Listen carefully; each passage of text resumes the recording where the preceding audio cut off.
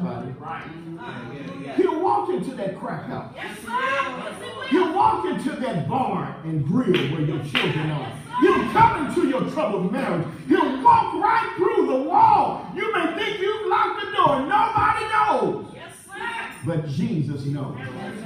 He'll come right into that room where that man is sitting polluting his life with pornography and lust. You may think the door is locked. I say you don't need a key when you are the door. Jesus said, I am the door. I am the way and I am the life. I don't know about you, but I'm thankful that Jesus comes through locked doors. And one of the reasons why I'm glad that Jesus comes through locked doors is because in this life, when you go to move ahead and make progress, folks will shut you out. Folks will lock you out. Folks will try to box you in. But Jesus, go ahead now, has a way of walking through the door. He'll kick it open. All He'll right. bust it open. He'll open it wide and make a way for you. Anybody know he will? Look at your neighbor and say, neighbor, I had a talk with him. And he came to see about me. And he made everything all right. Clap your hands and give him glory. Yes, he will.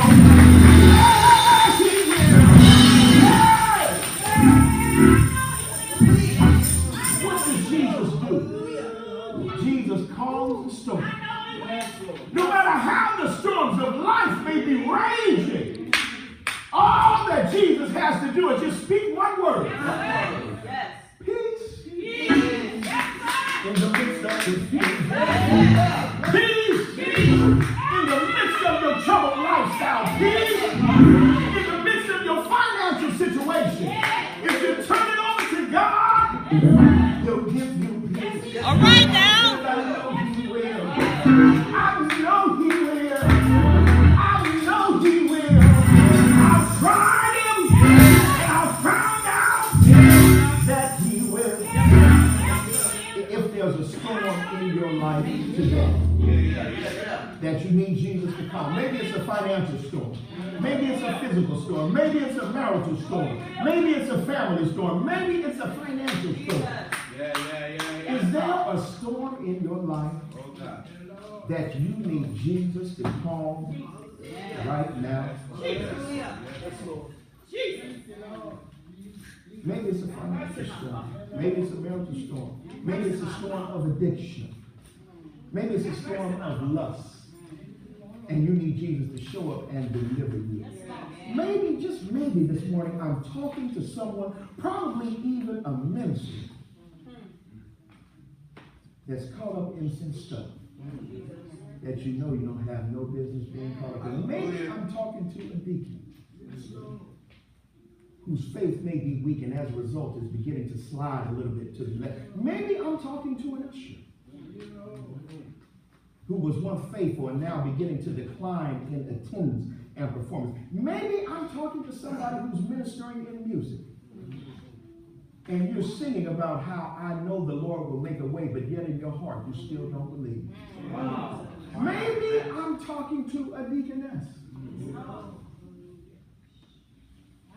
who knows that there are things that she should be doing, but for some reason is backing up and locked up in fear. Maybe I'm talking to a general lay person where you're battling an addiction. When we see you on Sunday, you look fine, you look cleaned up, you talk good, you act good, you smell good, but oh, when you leave, you go right back to that dirty habit again. And you cried and you pleaded and you asked God to set you free. But you haven't seen it happen yet. You've just about said, well, maybe this is something that I have to deal with the rest of my life. I'm here to tell you by the power of God, the devil is a lie. Right now. Somebody open their mouth and said, the devil is a lie. There is no habit strong enough that God cannot break. Heard Mr. T.D. Patterson say, no matter what you're hung up on, Jesus is. a habit breaker. Look at you and say, Jesus is a habit breaker. I know he will. I know he will. The reason why I know he will. He did it for me.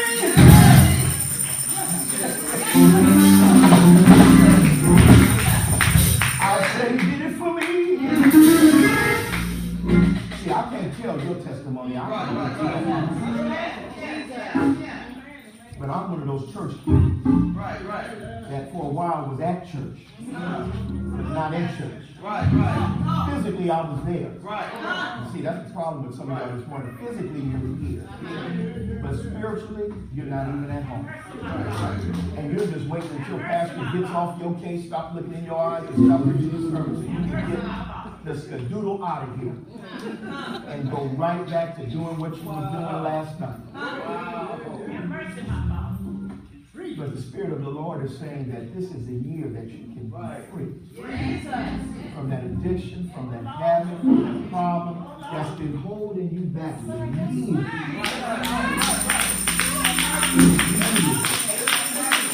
God says he wants to deliver in this place. And see, wherever there's a problem, if you allow him, Jesus will come and step into it. And I'm here to tell you, once he steps in, your life will never be the same. You better go ahead. And that's why I can say some of the things I used to do. And the places I used to go. Y'all hear me? I don't go no more.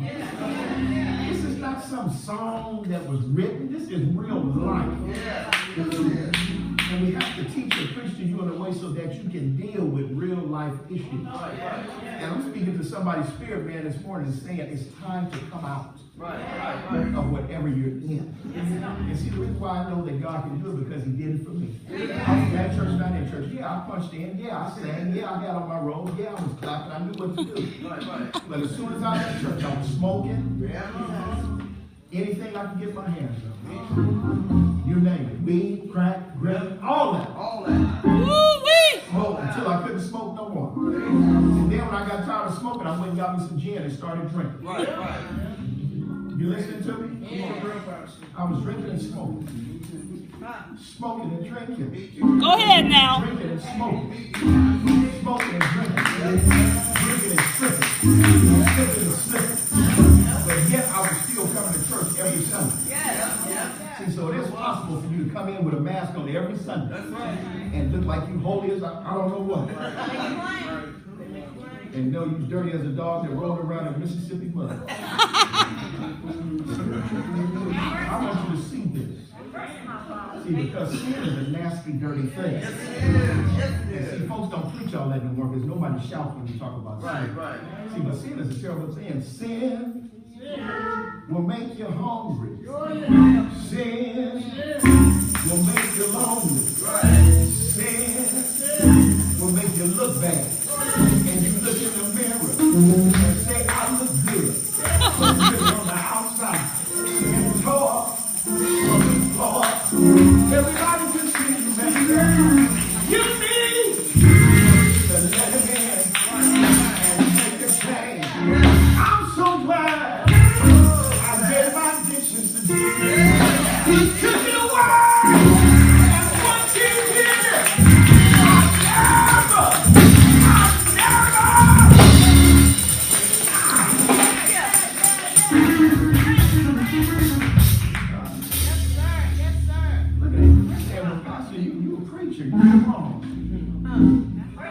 Look, the same Jesus that stepped into my situation. He's standing at the door of your heart. He's waiting to step into your situation. What's the use of coming every Sunday?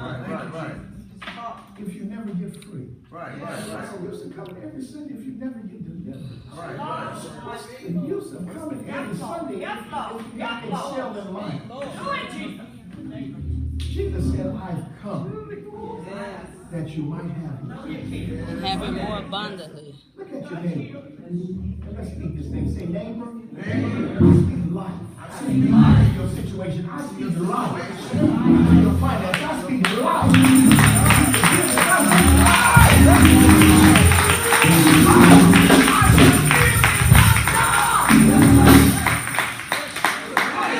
that I will declare the goodness of God in the land of the living. In Jesus' name.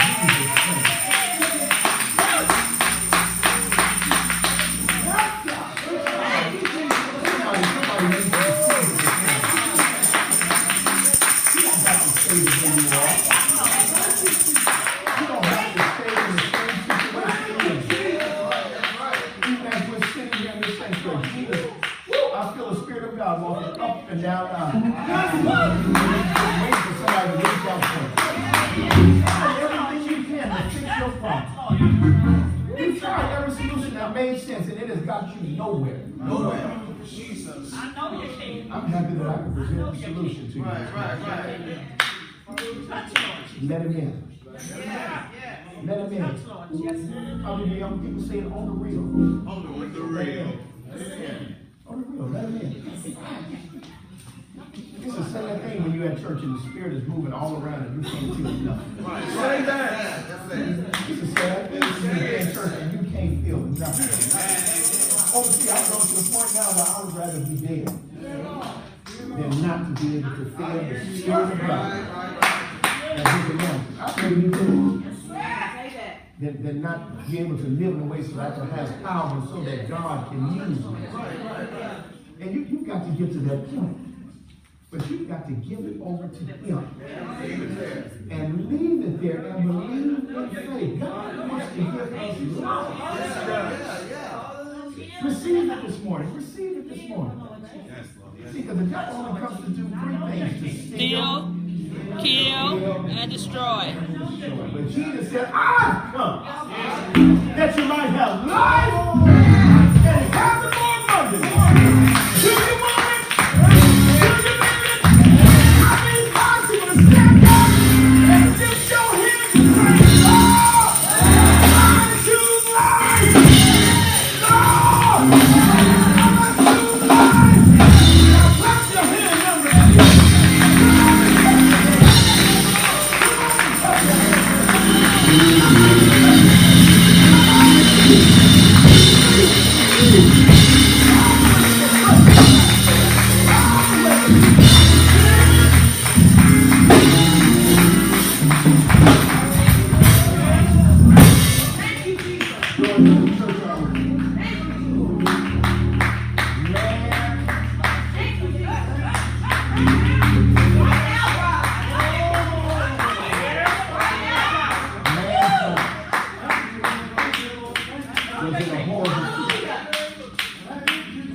Because sin had come into the picture.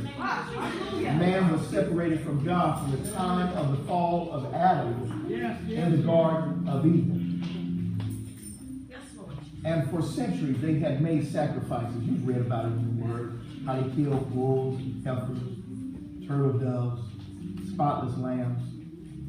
And this had gone on